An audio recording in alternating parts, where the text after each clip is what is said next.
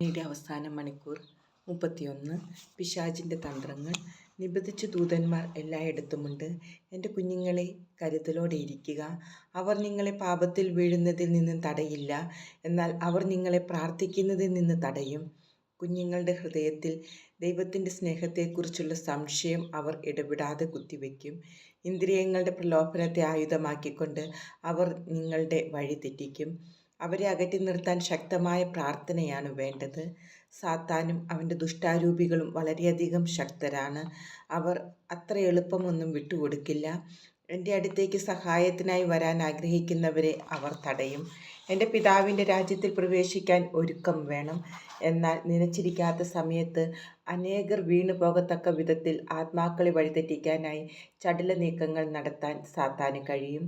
ഈ ദുഷ്ടശക്തികൾ എല്ലാം സാത്താനാൽ നയിക്കപ്പെടുന്നവയാണ്. എൻ്റെ കുഞ്ഞുങ്ങളെ, മുന്നറിയിപ്പ് അനേക ദശലക്ഷങ്ങളെ മാനസാന്തരപ്പെടുത്തുമെങ്കിലും നിങ്ങൾ ഇപ്പോൾ തന്നെ ഒരുങ്ങിക്കൊള്ളുക. സാത്താൻ്റെ ശക്തികൾ ഉറുമ്പിനെ പോലെയാണ്. അവ മണിക്കൂറിൽ ആയിരക്കണക്കായി പെരുകുന്നു. മനുഷ്യൻ്റെ ഓരോ കുഞ്ഞു പ്രവൃത്തിയുടെ പോലും നിയന്ത്രണം പിശാച് ഏറ്റെടുക്കുന്നു. ദൈവത്തിൻ്റെ ഉദ്ദേശങ്ങളെ എതിർക്കാനും പരാജയപ്പെടുത്താനും ആഗ്രഹിച്ചുകൊണ്ട് സാത്താനും അവൻ്റെ ദൂതന്മാരും ഭൂമിയിലെങ്ങും സഞ്ചരിക്കുന്നു. സാത്താൻ സ്വഭാവത്താലെ പാപിയാണ്. ദൈവത്തെ ആദ്യമായി ധിക്കരിച്ച ആ നിമിഷം മുതൽ ദൈവകൽപ്പനകളും പ്രമാണങ്ങളും ലംഘിക്കുക എന്നത് അവൻ്റെ സ്വഭാവമായി മാറിക്കഴിഞ്ഞു. ദൈവത്തിൻ്റെ അധികാരത്തിനെതിരെ മറുതലിക്കാൻ അവൻ തീരുമാനമെടുത്തിരിക്കുന്നു. സാത്താൻ കൊലപാതകിയാണ്. തൻ്റെ പതനത്തിൻ്റെ നിമിഷം മുതൽ ഇന്നുവരെ താൻ സ്പർശിക്കുന്ന എല്ലാവരിൽ നിന്നും ജീവൻ കവർന്നെടുക്കാൻ അവൻ ശ്രമിക്കുന്നു. ശപിക്കപ്പെട്ട ദൂതനാണവൻ.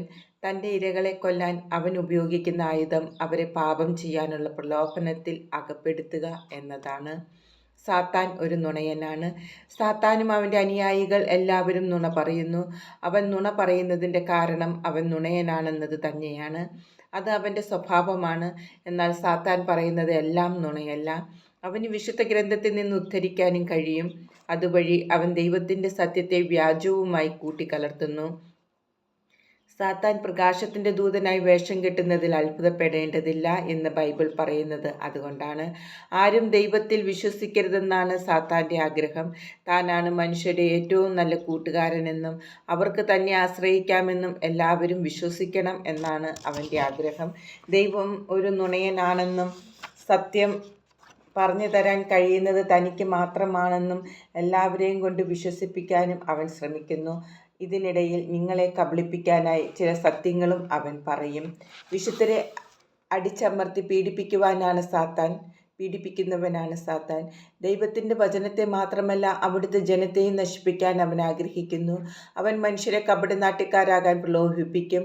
സ്വയം പ്രതിരോധത്തിൻ്റെ ഒരു മനോഭാവം മനുഷ്യരെ വളർത്തിയെടുത്തുകൊണ്ട് അവർക്ക് ദൈവത്തിലുള്ള ആശ്രയത്വത്തെ അവൻ ദുർബലമാക്കും. മനുഷ്യൻ്റെ അഭിലാഷങ്ങളെ അവനെക്കൊണ്ട് ദൈവത്തെ ധിക്കരിപ്പിക്കാനുള്ള ഉപകരണമായി സാത്താൻ ഉപയോഗിക്കും.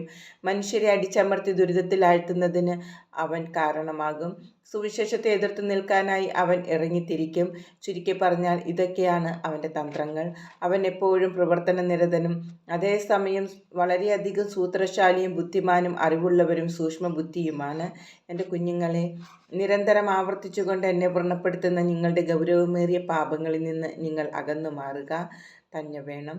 നിങ്ങളുടെ ഹൃദയത്തിൻ്റെ ഉള്ളറകളിലേക്ക് കടന്നു കയറാൻ സാത്താനെ നിങ്ങൾ അനുവദിച്ചു എന്ന് സമ്മതിക്കുക. അതുകൊണ്ട് അവനെ തിരസ്കരിക്കുകയും എൻ്റെ അടുത്തേക്ക് വന്ന് എന്നോട് ഐക്യപ്പെടുകയും ചെയ്യുക. ഞാൻ നിങ്ങളെ ഒരിക്കലും തിരസ്കരിക്കില്ല. അതുകൊണ്ട് എൻ്റെ ജനമേ, ഇപ്പോൾ തന്നെ നിങ്ങളുടെ എല്ലാ പ്രവൃത്തികളിലും ഉദ്യമങ്ങളിലും ഭയലേശമന്യേ ലോകവസ്തുക്കളോട് വിരക്തി പാലിക്കണം. അനേകർ എന്നെ അനുസരിക്കുന്നില്ല. എളിമപ്പെടാനും മാനസാന്തരപ്പെടാനും തങ്ങളുടെ മാനുഷികമായ അഹന്തയെ തങ്ങളുടെ തന്നെ അഹങ്കാരപൂരണത്തിനു വേണ്ടി ദുരുപയോഗിക്കാൻ വിട്ടുകൊടുക്കാതിരിക്കാനുമുള്ള ഉത്തരവാദിത്വം തങ്ങൾക്കൊണ്ടെന്ന് അംഗീകരിക്കാൻ അവർ വിസമ്മതിക്കുന്നു.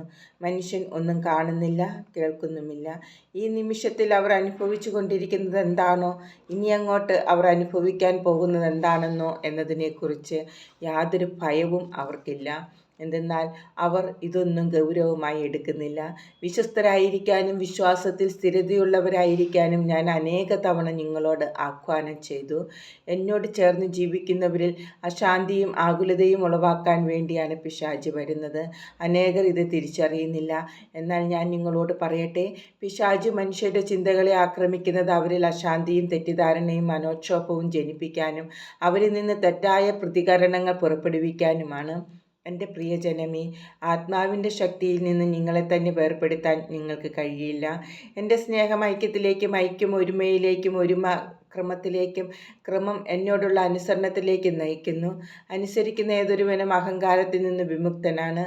എൻ്റെ കുഞ്ഞുങ്ങളെ, എന്നെ സ്നേഹിക്കുന്നവർ തൻ്റെ സഹോദരനെയും തീക്ഷ്ണമായും സമർത്ഥമായും സ്നേഹിക്കുന്നുവെന്ന് മനസ്സിൽ കുറിച്ചു വയ്ക്കുക. എന്നാൽ ഞാൻ നിങ്ങളോട് പറയട്ടെ, ഈ തലമുറ മറുതലിക്കുന്നതും വഞ്ചിക്കുന്നതും നിസ്സംഗരും അറിവില്ലാത്തവരും രക്ഷയുടെ അടയാളമായ എല്ലാറ്റിനോടും ശത്രുതാ മനോഭാവം പുലർത്തുന്നവരുമാണ്. കുഞ്ഞുങ്ങളെ, നിങ്ങളെല്ലാവർക്കും സ്വന്തമായ ബുദ്ധിയും ചിന്താശക്തിയും യുക്തിബോധവും ഹൃദയവും ഇച്ഛയുമുണ്ട്. ഇവ ഓരോന്നും കൊണ്ടാണ് നിങ്ങൾ എന്നെ നോക്കേണ്ടതും യഥാർത്ഥ ജ്ഞാനം കണ്ടെത്തേണ്ടതും.